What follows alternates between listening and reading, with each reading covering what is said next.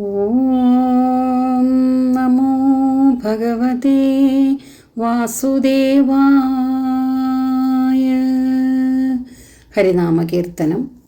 മനസ്സുകൊണ്ടും വാക്കുകൊണ്ടും കർമ്മം കൊണ്ടും ഇതുവരെ ചെയ്തതും ഇനി ചെയ്യാനിടയുള്ളതുമെല്ലാം ഭഗവാന് സന്തോഷകരമാകണമെന്ന് മുൻ ശ്ലോകത്തിൽ പറഞ്ഞു. അതിനെ ഒന്നുകൂടി വിപുലീകരിച്ച് ഉറപ്പിക്കുകയാണ് 55-ാമത്തെ ശ്ലോകത്തിൽ. യാതൊന്നു കാൺമതതു നാരായണ പ്രതിമ, യാതൊന്നു കേൾപ്പതതു നാരായണ ശ്രുതികൾ, യാതൊന്നു ചെയ്വതതു നാരായണാർച്ചനകൾ, യാതൊന്നതൊക്കെ ഹരിനാരായണായ നമഃ. എന്തൊക്കെ കാണുന്നുവോ അതെല്ലാം നാരായണൻ്റെ രൂപങ്ങളും, എന്തൊക്കെ കേൾക്കുന്നുവോ അതെല്ലാം നാരായണൻ്റെ ഗുണഗണങ്ങളും, എന്തൊക്കെ ചെയ്യുന്നുവോ അതൊക്കെ നാരായണനായുള്ള പൂജകളും, എന്തൊക്കെയുണ്ടോ അതെല്ലാം നാരായണമയവുമായി ഭവിക്കണം. ഭഗവാനെ നാരായണ, അങ്ങേക്ക് നമസ്കാരം. ഭഗവത്ഗീതയിൽ ഭഗവാൻ അർജുനനെ ഇങ്ങനെ ഉപദേശിക്കുന്നുണ്ട്.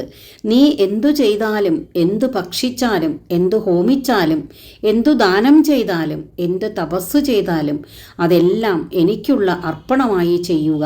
അങ്ങനെ ചെയ്താലുള്ള ഫലങ്ങളും ഗീതയിൽ പറയുന്നുണ്ട്. കർമ്മബന്ധങ്ങൾ അറ്റുപോവുകയും ഒടുവിൽ പരമപദപ്രാപ്തി സാധ്യമാവുകയും ചെയ്യുമെന്നാണ് പറയുന്നത്. ശുദ്ധമായ ഭക്തിയോഗം എന്നത് സകലത്തിലും ഈശ്വരനെ കാണാൻ കഴിയുക എന്നതാണ്. ഭക്തിയോഗം 2 തരത്തിലുണ്ടെന്നാണ് പറയപ്പെടുന്നത്, ശുദ്ധവും അശുദ്ധവും. ഈ ഭൗതിക ലോകത്തിൽ നിന്നും എന്തെങ്കിലുമൊക്കെ നേടിയെടുക്കാൻ വേണ്ടിയും താൻ ആഗ്രഹിച്ച കാര്യങ്ങളെല്ലാം ഭംഗിയായി നടത്തിത്തരുന്നതിനുമെല്ലാം ഭക്തന്മാർ ഈശ്വരനോട് പ്രാർത്ഥിക്കാറുണ്ട്.